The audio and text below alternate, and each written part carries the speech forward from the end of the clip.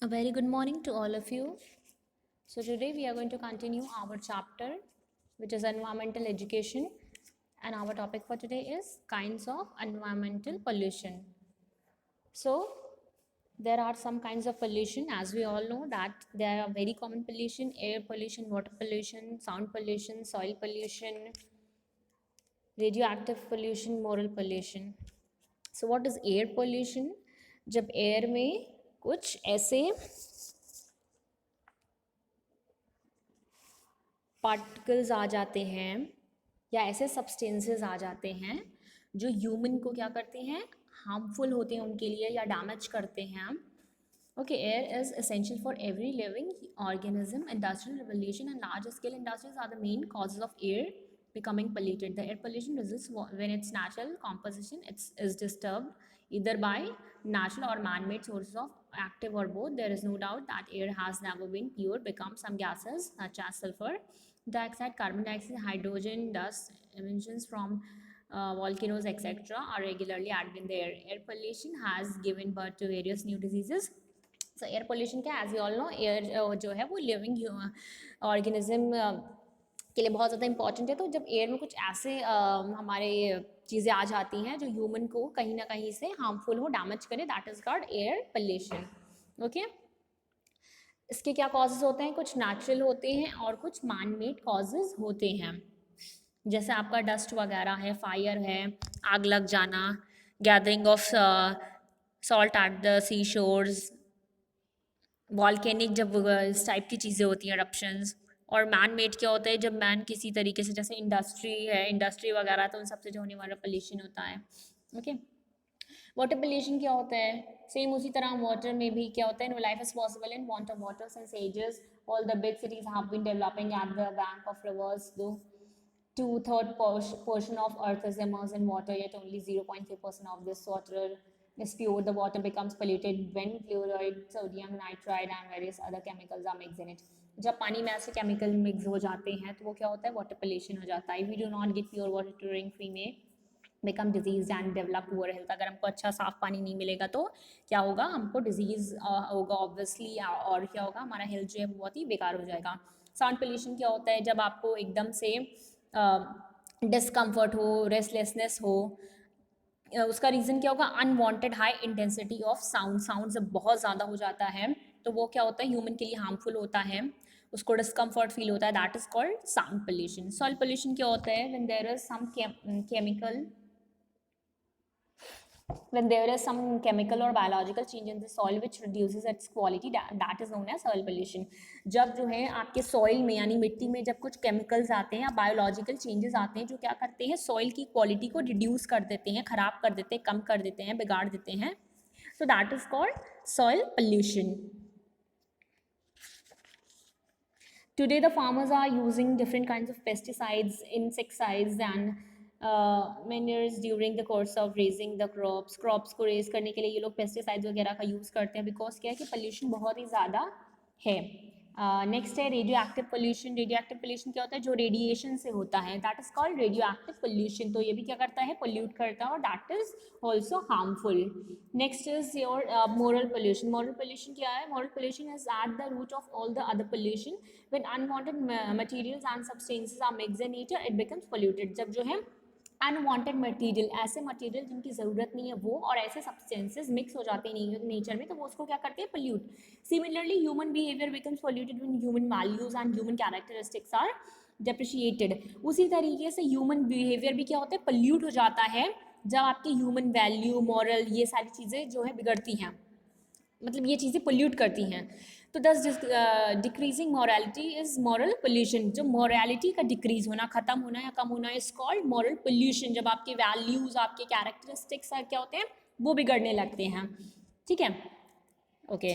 Next up we have are some action plan for improving environment. क्या action plan था जिससे कि हम एनवायरनमेंट को इम्प्रूव कर सकें? Number 1 is spreading environmental information. Environmental information को क्या करना? फैलाना. ठीक है, बहुत सारी पॉलिसीज इसके लिए बनी. Developing such education structure as would inspire environmental awareness. ऐसे एजुकेशनल स्ट्रक्चर्स को डेवलप किया गया जो किसको इंस्पायर करे, environmental awareness, environmental education should embrace national policy on environment, environmental education should impart information as regard principle of environment, environmental education should involve local environment, local tree and plants and local living creatures, environment education should be based on practicals, ठीक है, लोगों को aware कराना अपने environment के बारे में, उनको ये नॉलेज देना ज़्यादा से ज़्यादा, मतलब उनके अंदर अवेयरनेस आए तो पोल्यूशन क्या होगा, हम उसको बचा सकेंगे. Number 2 is environmental education and training.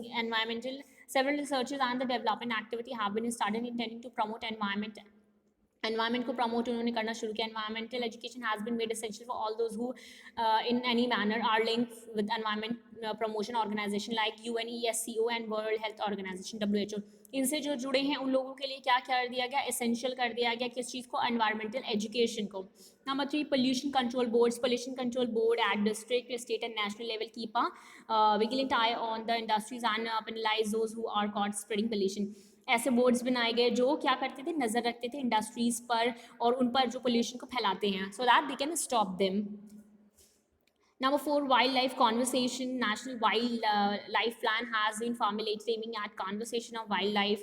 Number 5, Indian Biological Survey Department. This department study various areas of our wildlife including, ये इंडियन बायोलॉजिकल सर्वे एक डिपार्टमेंट था जो क्या करता था, जहाँ पे ये भी आपका agriculture, forestry, finishing industry, health, ये सब होते थे, उनको स्टडी करता था. ठीक है. The government of India has taken various steps in training environmental promotion as well. बहुत सारे steps भी लिए हमारे गवर्नमेंट ने, गवर्नमेंट ऑफ इंडिया ने, like reserve zones, development of hill areas, development of barren land, barren जिसको कहते हैं बंजर या यूजलेस या जो अनयूजेबल इनफर्टाइल लैंड होती है, उनका डेवलपमेंट इन्होंने किया, रिसर्च किया, डेवलपमेंट प्रोग्राम्स चलाए इन्होंने एनवायरनमेंट से related, environmental training and education, environment की ट्रेनिंग दिया इन्होंने. Arrangement have been made for training and education of administrative officer and the teachers teaching in the government school. They are seen conducting plantation programme.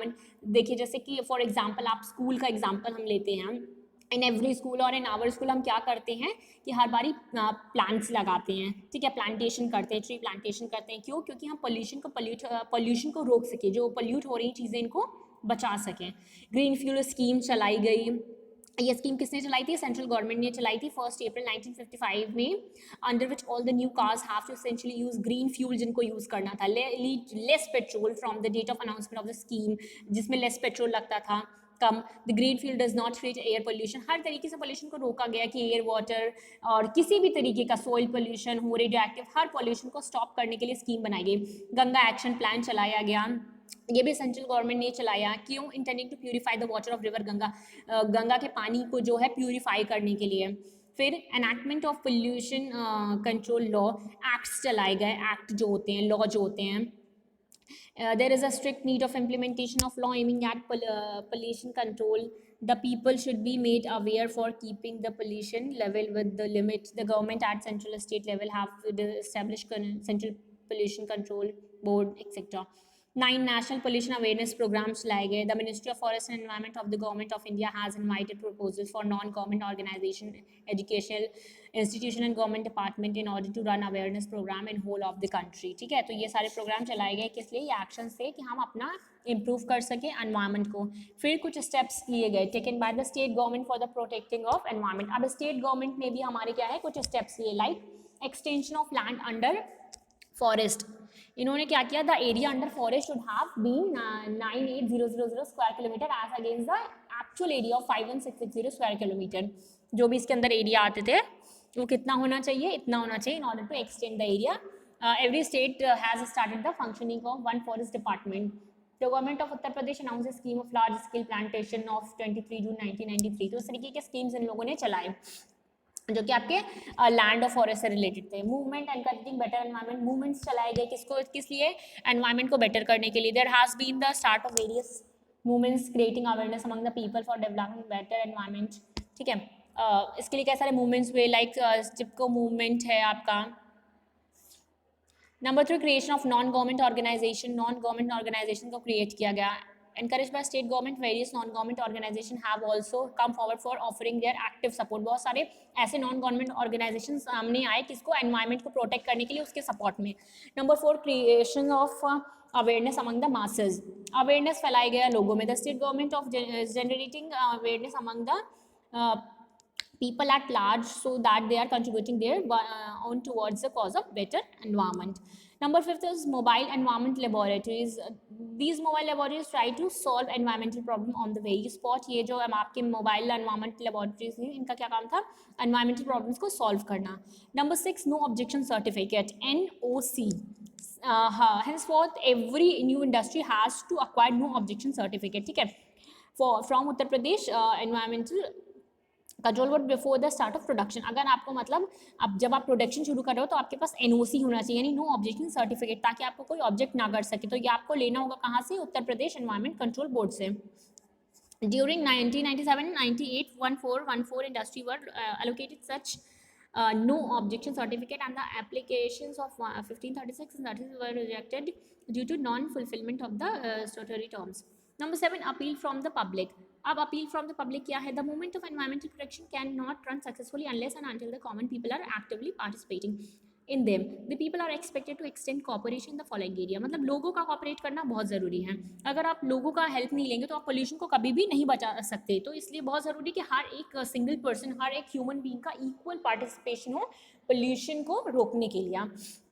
Never use river ponds well etcetera for washing cloth. कपड़े नदियों में नहीं धोएं, Pond's में नहीं धोएं. ठीक है. Always keep your neighbour areas neat and clean. अपने आसपास के एरिया को हमेशा क्लीन रखें. वेस्ट मटेरियल को इधर उधर नहीं फेंकें. जो भी अलॉटेड प्लेस है, जगह बनाई गई है, डस्टबिन्स बनाए गए हैं, उसी में डालें. Okay. The farmer should avoid excessive use of pesticides and insecticides and fertiliser. जो फार्मर्स होते हैं वो ये पेस्टिसाइड्स वगैरह का बहुत यूज़ करते हैं, फर्टिलाइजर्स का, वो इनको कम करना चाहिए, अवॉइड करना चाहिए. बहुत ज़्यादा यूज़ नहीं करें बट एक लिमिटेड यूज़ करें. Never destroy the forest for पेटी इकोनॉमिक गेन्स. अपने इकोनॉमिक फ़ायदे के लिए जंगल वगैरह को नहीं काटना चाहिए. फॉलो फैमिली प्लानिंग मेजर्स को फॉलो करना चाहिए. Alternative means of fuel should be use replacing would. और ये फ्यूल को जो है यूज़ ऑल्टरनेटिव यूज़ इसका करना चाहिए. वुड को रिप्लेस नहीं करना चाहिए, या मतलब एक कोऑर्डिनेशन होना चाहिए दोनों में. Never use loud speaker, radio etcetera, heavy sound. बहुत ज़्यादा तेज साउंड में आपको लाउड स्पीकर वगैरह नहीं सुनना चाहिए, रेडियो वगैरह. ठीक है. So these all are the causes जो कि क्या करते हैं, पोल्यूशन को बढ़ाते हैं. तो हमें ये सारी चीज़ों को फॉलो करना होगा to stop pollution. So these are the important action taken by the state government. So that's all for today. Here our chapter is completed now. Thank you so much.